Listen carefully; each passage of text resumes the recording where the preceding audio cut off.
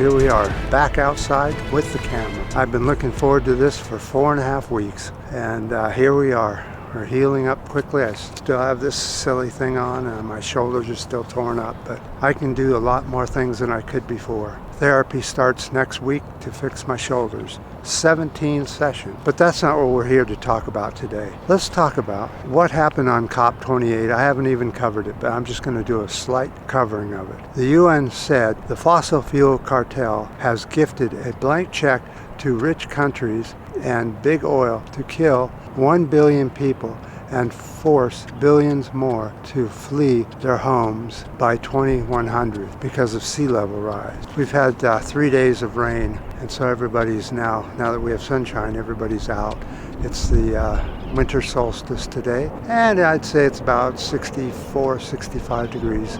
Can't even tell it's winter other than some rain now and then, but our temperatures have been just fantastic. Very summer-like here.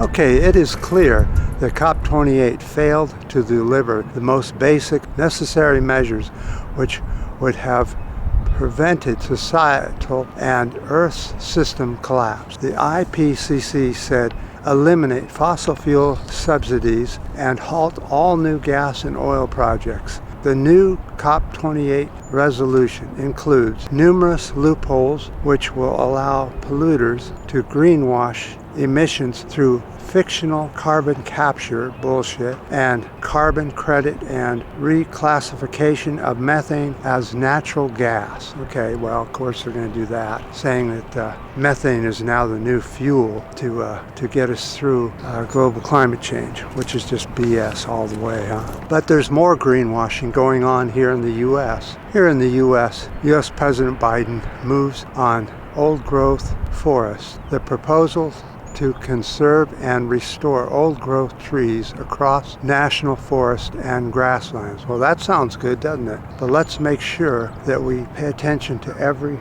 word. First of all, this is a proposal. Second of all, he's saying that there will be limits on logging. We'll cover that in a few minutes. The greenwashing would protect U.S. most ancient forests from commercial logging on approximately 25 million acres of public land, though it would allow some cutting of trees. So some cutting of trees. You can cut every tree but one and still have some cutting of trees.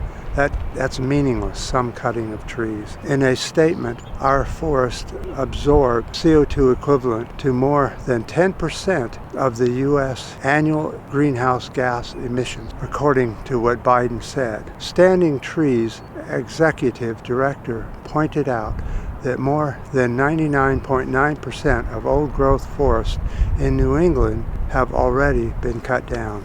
So if old-growth forests are living now, are up and standing at this moment, how do you have to restore an old-growth forest? How do you do that?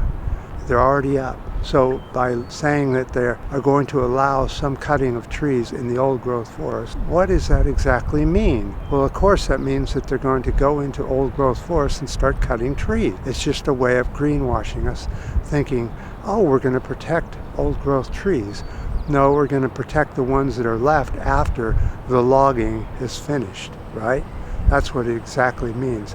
They're now coming out with ways that are very deceptive of telling you how they're going to cut the trees in the old-growth forests that are left, which aren't many. There are very few standing old-growth forests anywhere in the U.S., anywhere other than Alaska. And you know they want to get up there in Alaska so badly, in the Tungus National Forest. But we as pink barrio people know that greenwashing is everybody. Now we've got another problem. I was on Environmental Coffee House's video last night, live stream, and it was really good. The people they had on there were excellent. They were the people that I used to hang out with as I grew up.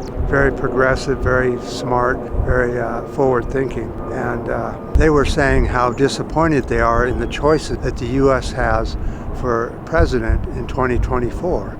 And we're in such a bad place because We either have Trump or we have Biden. Either one is the same as far as the environment goes. They're both full of bullshit and greenwashing. The only difference is that one wants to have fascist government and the other one just wants to have a regular government, but with all the BS involved. So what to do? What to do? Boy, we're really in a pickle, aren't we? What's your thoughts on this? You know, a lot of the people that were on there yesterday on the forum had no good, real clear ideas of what to do other than to try and come up with a third party. But it's, that's never worked in the U.S. So we either get the choice of Biden or Trump. And obviously, we don't want Trump. God, that's the worst possible situation. So then we're all forced to take the second worst situation, which is another 4 years of the Democrats. And I don't know what to say. I know that we need to have a third party. Everybody talks about putting in a third party, but everybody knows that if you start voting for a third party candidate, Trump wins.